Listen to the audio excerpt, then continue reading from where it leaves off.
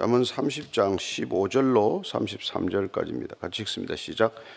거머리에게는 두 딸이 있어 다오다오 하느니라. 족한 줄을 알지 못하다 족하다 하지 아니하는 것 서넛이 있나니 곧 소울과 아이 베지 못하는 태와 물로 채울 수 없는 땅과 족하다 하지 아니하는 불이니라.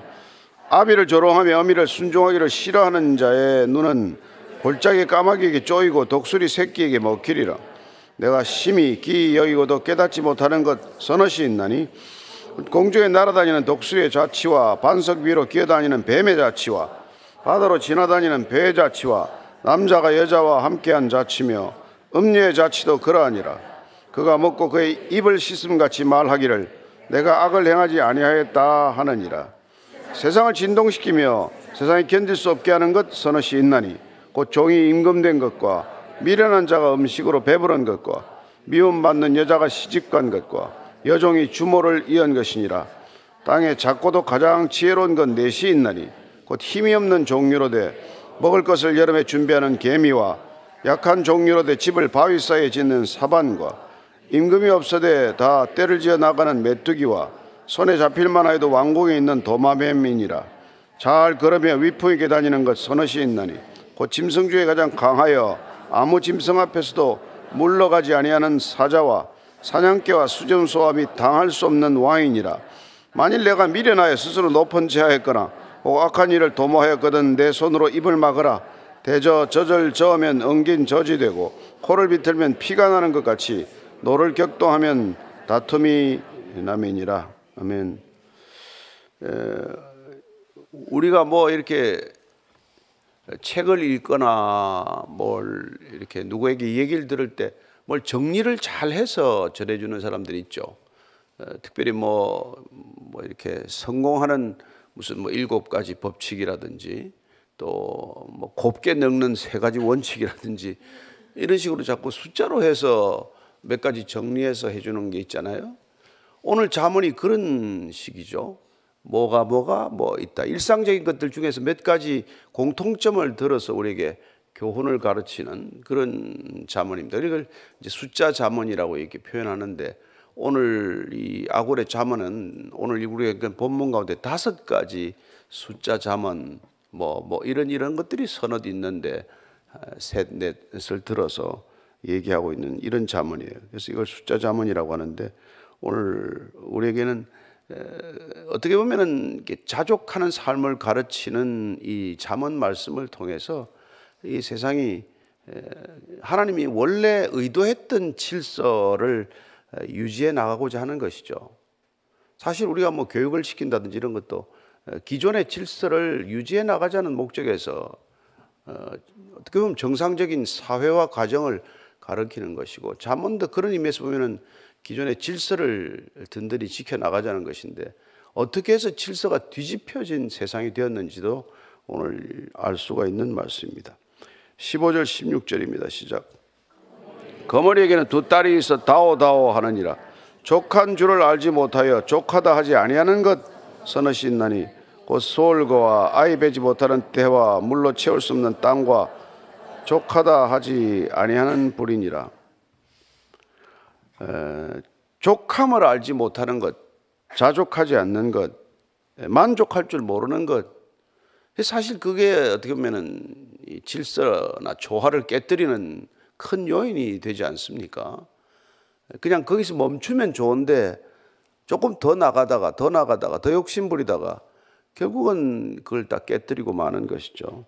그런 것들에 이렇게 뭐 서넛이 있다. 원래 원문을 보면 셋이 있다라고 되어 있는데 이걸 이제 서넛으로 번역을 했어요. 보니까 뭐 거머리 또 솔, 태, 물, 불 막 이런 것들 지금 나와 있는데 거머리는 빨판이 2개가 있다고 그래요. 근데 이게 피를 워낙 빨아먹어 가지고 자기 몸무게 5배까지 피를 빤답니다.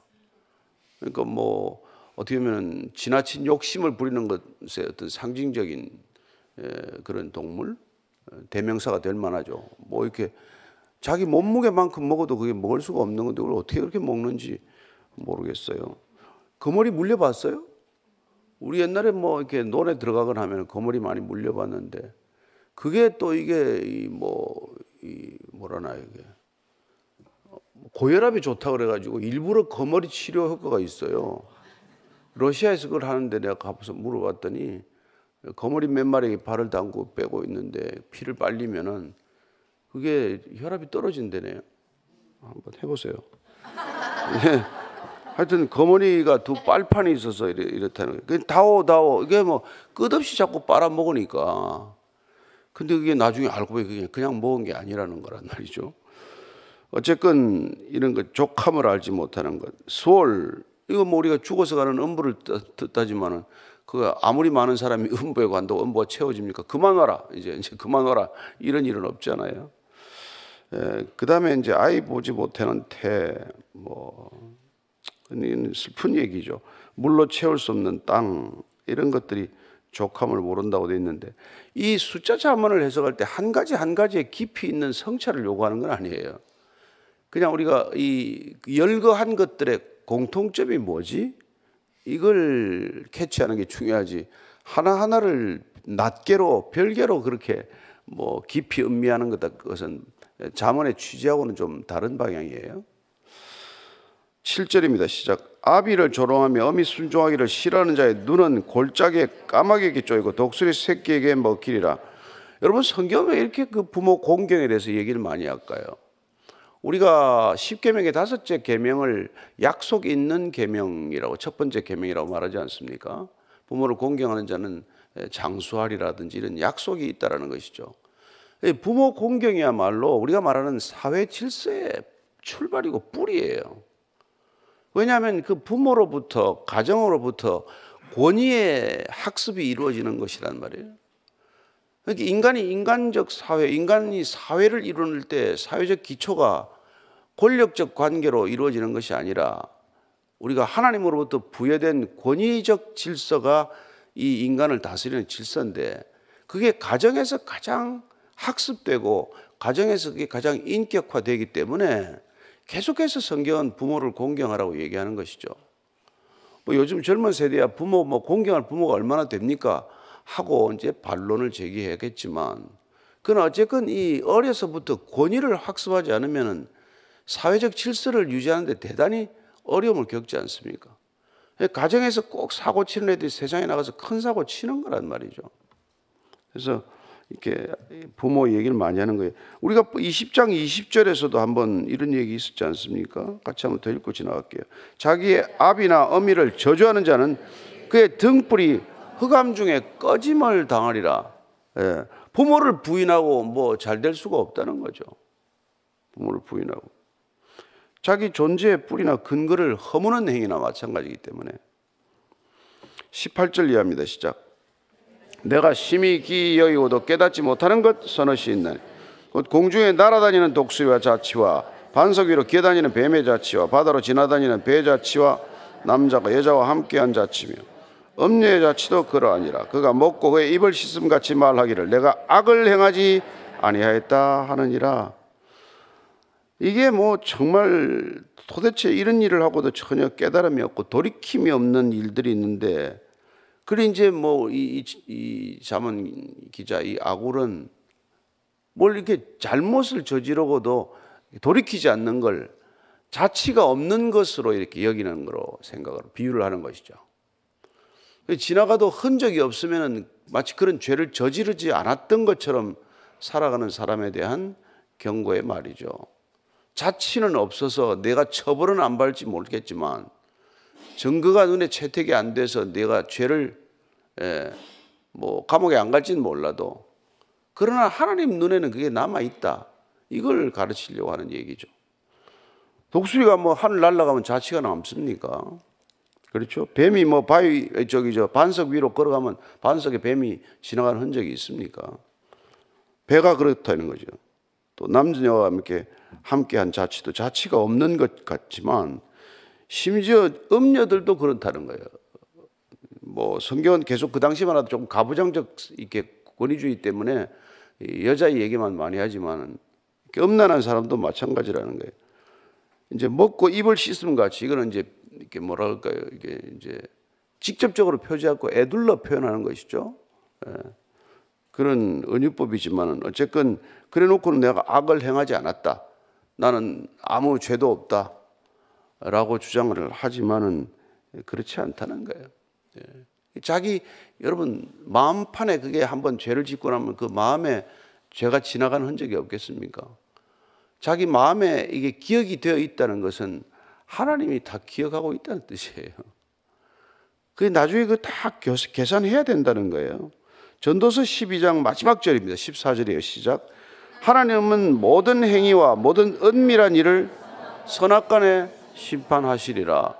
그 가면은 뭐 우리가 한 말도 다 그게 기록이 돼 있고, 여러분 요새 보십시오. 뭐 디지털 그 기기가 얼마나 훌륭한지, 뭐 우리 일생 동안 한 말 이렇게 USB 칩 하나에 다 거기 뭐 다도 아니죠, 그죠? 우리가 평생 한 말 1기가나 될려나 몇 기가나 될려나 모르겠네. 다 기록되잖아요. 그냥 우리만 잊어버렸지 뭐 그게 다 남아 있을 거 아니에요. 예. 참 어떻게 보면 무섭죠. 우리가 한 말은 우리 입 밖으로 나갔지만 이 파장은 영원하잖아요. 이렇게 말씀은 살았고 운동력이 있다는 말이 이해가 되지 않습니까? 아니 일으킨 파장은 우리가 지금 가서 소멸된다고 생각하지만 영원한 파장을 일으키는 거예요. 예. 그래서 누가복음 12장 2절 3절 이렇게 말하는 겁니다. 예수님 말씀이에요. 시작. 감추인 것이 드러나지 않을 것이 없고 숨긴 것이 알려지지 않을 것이 없나니 이러므로 너희가 어두운 데서 말한 모든 것이 광명한 데서 들리고 너희가 골방에서 귀에 대고 말한 것이 지붕 위에서 전파되리라. 예수님 이렇게까지 말씀해 주시는 것이죠. 감추어서 한 것, 드러나지 않을 것 하나도 없다. 다 밝혀진다. 다 드러난다. 귓속말로 한 것 다 있다. 골방에서 얘기한 것, 지붕 위에서 얘기한 거랑 똑같다는 거예요. 참 알면은 참 섬찟하죠. 히브리서 4장 13절에 가면은 이렇게 얘기합니다. 같이 읽는다. 시작. 하나도 그 앞에 나타나지 않음이 없고 우리의 결산을 받으실 이의 눈앞에 만물이 벌거벗은 것 같이 드러나느니라. 만물이. 아마 우리가 나중에 그 육신을 벗고 나면은 아마 이런 일이 참 끔찍하죠. 그러니까 그게 벗은 듯이 사는 거예요. 벗은 듯이. 요새 그렇게 안 살지 않으면 참 또 뭐 이렇게 참 유명 배우의 비극적인 소식을 또 듣는데 말이죠. 다 누가 뭐 그런 거 할 때 그게 그렇게 드러나리라고 생각하고 했겠습니까? 여기는 안전하다. 여기는 비밀이 지켜진다. 비밀을 보장해 주겠다. 그런 얘기를 듣고 그걸 다 했을 거 아니에요. 그런데 무슨 비밀이 있습니까, 세상에?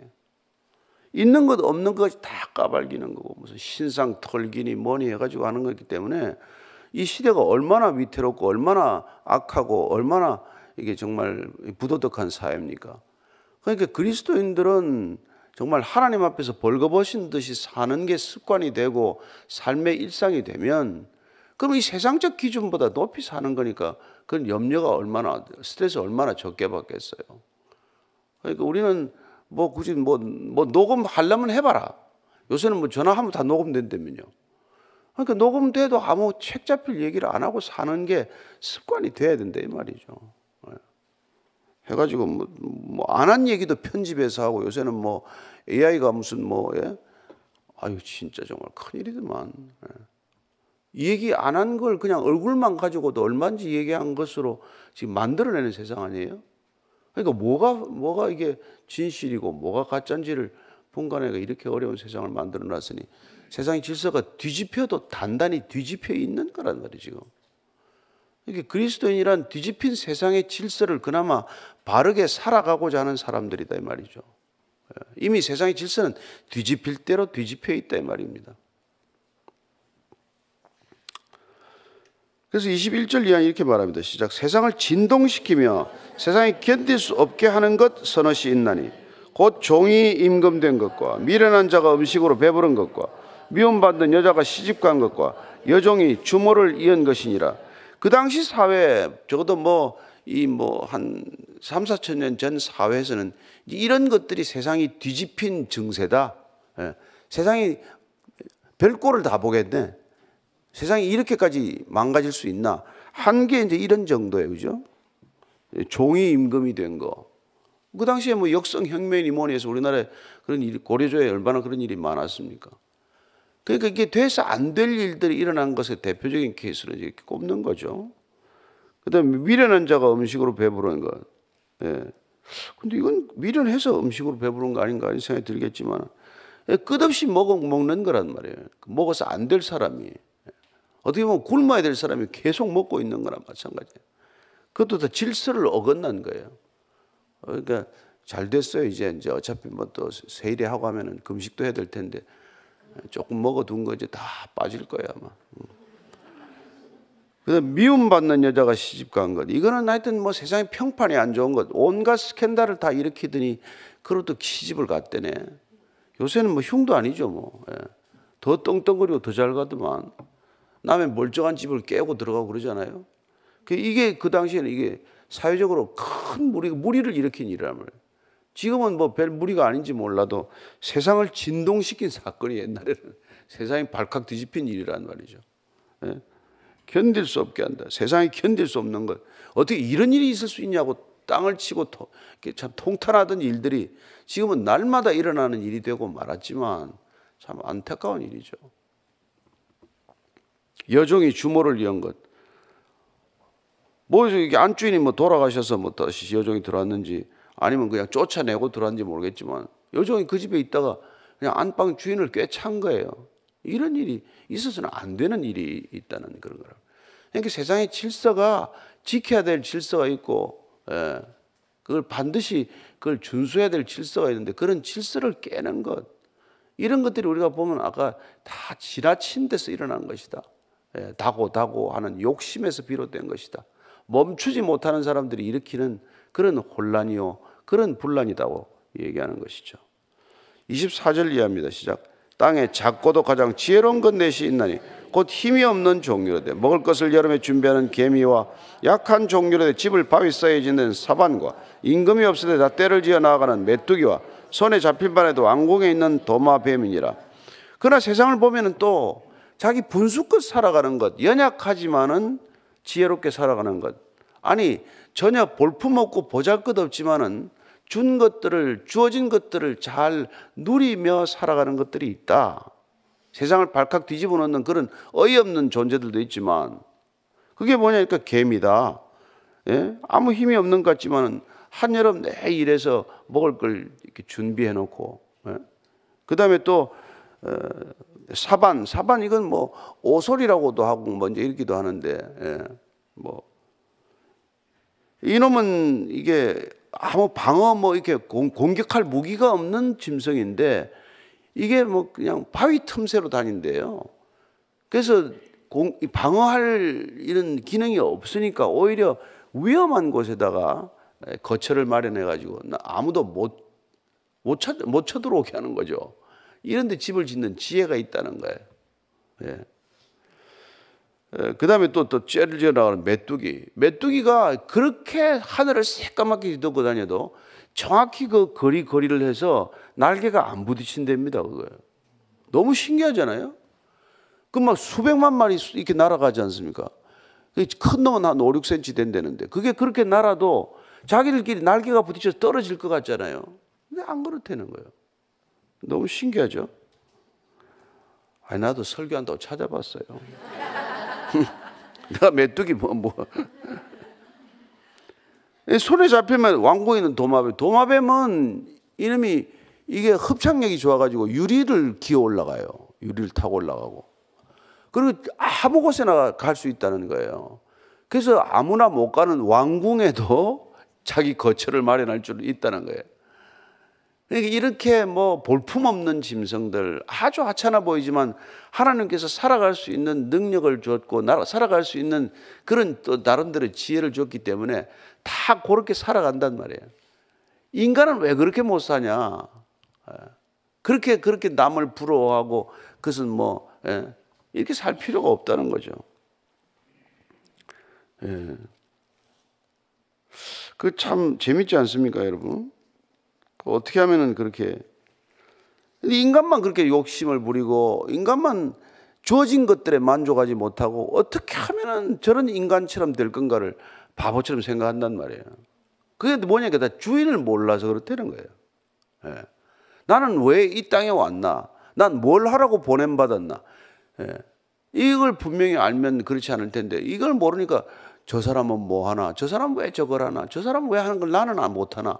그러고 평생을 그렇게 보내거나 안 그러면 지나친 욕심을 부리거나 그런단 말이에요. 그래서 이사야서 1장 3절 통탄을 이렇게 하는 거예요. 하나님께서 시작. 소는 그 임자를 알고 나귀는 그 주인의 구유를 알건만은 이스라엘은 알지 못하고 나의 백성은 깨닫지 못하는도다 하셨도다. 소도 임자를 알고 나귀도 주인을 아는데 인간은 주인을 몰라. 주인을 몰라. 지가 주인이지 뭐 다 주인이라고.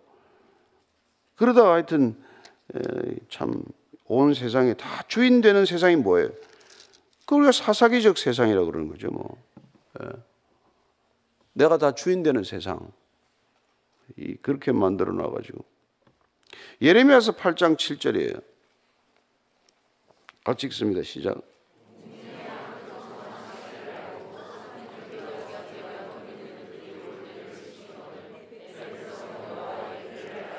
여호와의 규례를 알지 못한다면 공중의 학도 때를 알고 산비둘기와 제비와 두루미도 다 올 때를 지키는데, 여러분 철새들 보면 때를 정확히 왔다가 갔다 그러잖아요. 그 뭐 몇천 킬로를 날아다니는데 뭐 지도가 있습니까? 무슨 뭐 내비가 있습니까? 뭐 다 그게 그런 놀라운 규례를 하는데, 여러분 그 뭐 남극 가는 고래 보면 2, 3만 킬로를 다녀요. 왔다 갔다. 어떻게 그렇게 다니죠? 여러분 저 남대천에서 그 연어알 부화하면은요 북태평양에서 남태평양 도로는 게 한 3만 킬로 돼요.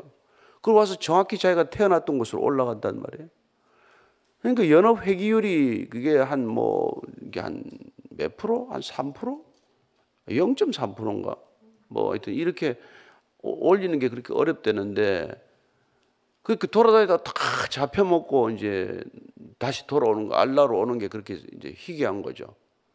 어떻게 보면 그 연어 알도 그렇게 알로 태어나면 다 돌아오는데, 인간은 도대체 어디를 와서 어디로 가야 될지를 모르고 헤매다 죽는단 말이에요. 그러니까 뭐 연어만 하기를 하나, 네가 두루미나 학만 학처럼 네가 뭐 그렇게 살기를 하나. 인간이 나을 게 뭐가 하나도 있나? 지진 날 때 되면 온갖 짐승들은 다 도망가는데 인간만 지진을 고스란히 겪고 있잖아요. 그러니까 뭐 참 그게 다 뭐 이게 주인을 몰라서 그렇다는 거예요. 여호와의 규례를 알지 못한다는 것이죠. 자, 29절 31절입니다. 잘 걸으며 위풍 있게 다니는 것 서너시 있나니 곧 짐승 중에 가장 강하여 아무 짐승 앞에서도 물러가지 아니하는 사자와 사냥개와 수점소와 및 당할 수 없는 왕이니라. 자, 이거는 우리가 앞에 보면은 힘없고 작은 것들을 비유했는데 뒤에는 이제 크고 강한 것들을 얘기를 했어요. 예. 그런데 이 크고 강한 것들처럼 살라는 얘기가 아닙니다. 문맥상 보면 그런 해석도 있어요. 이렇게 위풍당당해라. 그런데 앞에 이런 작은 것들, 그리고 또 세상을 어지럽게 하는 것들, 여러 가지들을 이렇게 열거한 뒤에 이렇게 위풍당당한 게 있는 것들, 이런 것들을 너무 부러워하거나 그걸 기준 삼지 말라는 거예요. 다 만물이, 여러분 저기 아프리카 초원의 모든 짐승들이 다 사자 같을 수는 없지 않습니까? 그렇죠? 또 뭐 모든 게 다 개가 다 사냥개만 있는 건 아니잖아요. 싸나운 사냥개만 다 있는 건 아니고, 염소가 이게 또 자기 가족을 잘 지킨다네. 딱 이게 뿔을 세우고 말이 별 것도 아닌 놈이 가서 길을 세우고 가족은 지켜낸답니다. 이런 거 뭐 그다음에 부하들한테 늘 호의를 받는 왕, 아무나 되는 거 아니죠. 왕처럼 우리가 당당하게 무슨 살아라 이런 뜻도 해석할 수 있지만, 그러나 문맥상으로 보면은 그런 것들을 욕심을 내거나 그런 것들을 기준 삼고 살 필요는 없다는 겁니다. 그런 걸 기준 삼으려다가 세상이 소란스러워지고 혼란스러워지고 세상의 질서만 뒤집히게 된다 이 말이죠. 나한테 주어진 건 뭐 저 같은 사람이 뭐 키가 작고 이게 뭐 왜소한 사람이 무슨 제가 뭐 레슬러가 되겠어요? 뭐 이걸 뭐 각 살을 찌어가지고 뭐 프로테인을 먹고 해가지고 뭐 보디빌딩을 해가지고 120, 30kg 찌우면 뭐 하겠어요 그거? 나중에 죽을 때 태우는데 어디지? 소각장 하는 거. 화장터 가면 괜히 시간만 오래 걸리지 않겠어요? 바싹 말라 죽으면 금방 처리가 될 텐데 괜히 살을 찌워가지고 태운다고 기름만 많이 들고 전기만 많이 들고 그렇게 살지 말라는 거죠. 좀 아침부터 말이 거칠어 죄송한데 32절 33절 읽고 정리합시다. 시작. 만일 내가 미련하여 스스로 높은 체하였거나 혹 악한 일을 도모하였거든 내 손으로 입을 막으라. 대저 젖을자면 엉긴 젖이 되고 코를 비틀면 피가 나는 같이 노를 격동하면 다툼이 남이니라. 그래서 미련해가지고 이렇게 높은 체하고 네가 뭐 주제에 말이 무슨 뭐가 되는 것처럼 하고 모든 것 다 하나님께로부터 왔음에도 불구하고 내가 뭔가 된 것처럼 말이죠. 제가 오늘 아침에 나오면서 내가 이게 걸어오는 거 이게 정말 하나에서 열까지 모든 것들이 사람들의 이렇게 신세를 지고 살아가는 거예요. 어느 것 하나 내 힘으로 사는 게 단 하나가 없어요. 높은 채권하면 입을 막아라, 침묵해라, 그렇게 얘기합니다. 그래서 참 우리가 이사야서 55장 7절 보면 뭐라고 되어 있어요? 한번 보시죠. 이사야서 55장 7절입니다. 시작. 악인은 그 불의한 자는 그의 생각을 버리고 여호와께로 돌아오라. 그리하면 그가 긍휼히 여기시리라. 우리 하나님께로 돌아오라. 그가 너그럽게 용서하시리라. 이렇게 지혜로우면 돌아가면 돼요. 아무리 먼 길을 갔더라도 돌아가면 됩니다. 우리가 왔다고 이 온 길이 아까워서 못 가다가 다 이게 불행하게 끝나는 거거든요. 이 길이 아니다고 하면은 즉각 돌이켜야 돼. 즉각 돌이키는 데가 가장 빠른 때고 가장 적기라고 생각하고 돌이키면 돼요. 아이고 이제 이 나이에 뭘 돌이키나? 아니요. 죽기 전에라도 돌이킬 일이 있으면 돌이켜야 되는 것이죠. 저는 여러분들이 날마다 돌이킬 수 있게 되기를 바랍니다. 날마다 돌이킬 수 있도록 주님께서 내가 내 발을 씻기지 않으면 너가 내와 상관이 없다. 이렇게 말씀하신 거예요. 날마다 관계를 맺는 것, 그게 가장 질서를 지키며 살아가는 길입니다. 우리가 아버지와 질서, 가정에서 질서를 배우는 사람, 그거 못 배우면 어떻게 해요? 하나님 안에서 질서를 배우면 돼요. 그게 이 주어진 성경이에요. 부모가 좀 무식하고 부모가 좀 난폭하고 부모가 잘못 만나도 성경 잘 만난 사람은 다 회복될 줄로 믿으시고 날마다 성경으로 돌아가기를 바랍니다. 하나님 잘 만나면 모든 것들이 회복될 줄로 믿습니다. 회복된 사람들을 통해서 회복된 질서가 이 땅에 자리 잡을 줄로 믿습니다. 다시 한번 이 세상을 질서 있게 살아가는 저와 여러분 되기를 축원합니다. 오늘 같이 기도할 때 하나님, 그렇습니다. 우리가 질서를 무너뜨리는 자가 아니라 하나님의 권위에 순복함으로써 이 세상의 질서, 바른 질서, 올바른 질서, 옳은 질서, 정직하고 근면하고 성실한 자들이 살아가는 질서 되게 하여 주옵소서. 한번 같이 기도하십시다. 하나님 아버지, 사람들이 너무나 많은 탐욕스러워지고 있습니다. 욕심을 끝이 없이 부려도 괜찮은 것처럼 그렇게 세상 사람들이 살아간다고 해서 그 길로 달려가지 않게 하시고 날마다 주 앞에 엎드려 주님의 음성에 귀를 기울이는 저희들 되게 해 주옵소서. 주님이 말씀하시면 그 말씀이 길입니다. 주님이 말씀하시면 그 길이 등이요 빛입니다. 주님, 어둠 속에서 방황하지 않게 하시고 오늘도 주님 따라 빛 가운데 걸어가는 빛의 자녀들 되게 하여 주옵소서. 하나님, 짙은 어둠 가운데 한 줄기 빛처럼 온 애굽 땅이 짙은 어둠에 흑암에 덮여 있어도 고센 땅에는 한 줄기 빛이 임했듯 믿음의 사람들에게 빛이 임하게 하셨사오니 이 빛을 따라 걸어가는 빛의 자녀답게 살게 하여 주옵소서. 이제는 십자가의 빛이 되신 우리 구주 예수 그리스도의 은혜와 하나님 아버지의 사랑과 성령의 인도하심이 오늘도 빛을 따라, 말씀 따라, 은혜 따라, 믿음 따라 살기를 원하는 이 자리에 고개 숙인 참된 그리스도인들 위해, 진정한 교회 위에 지금부터 영원까지 항상 함께 하시기를 간절히 축원하옵나이다. 아멘.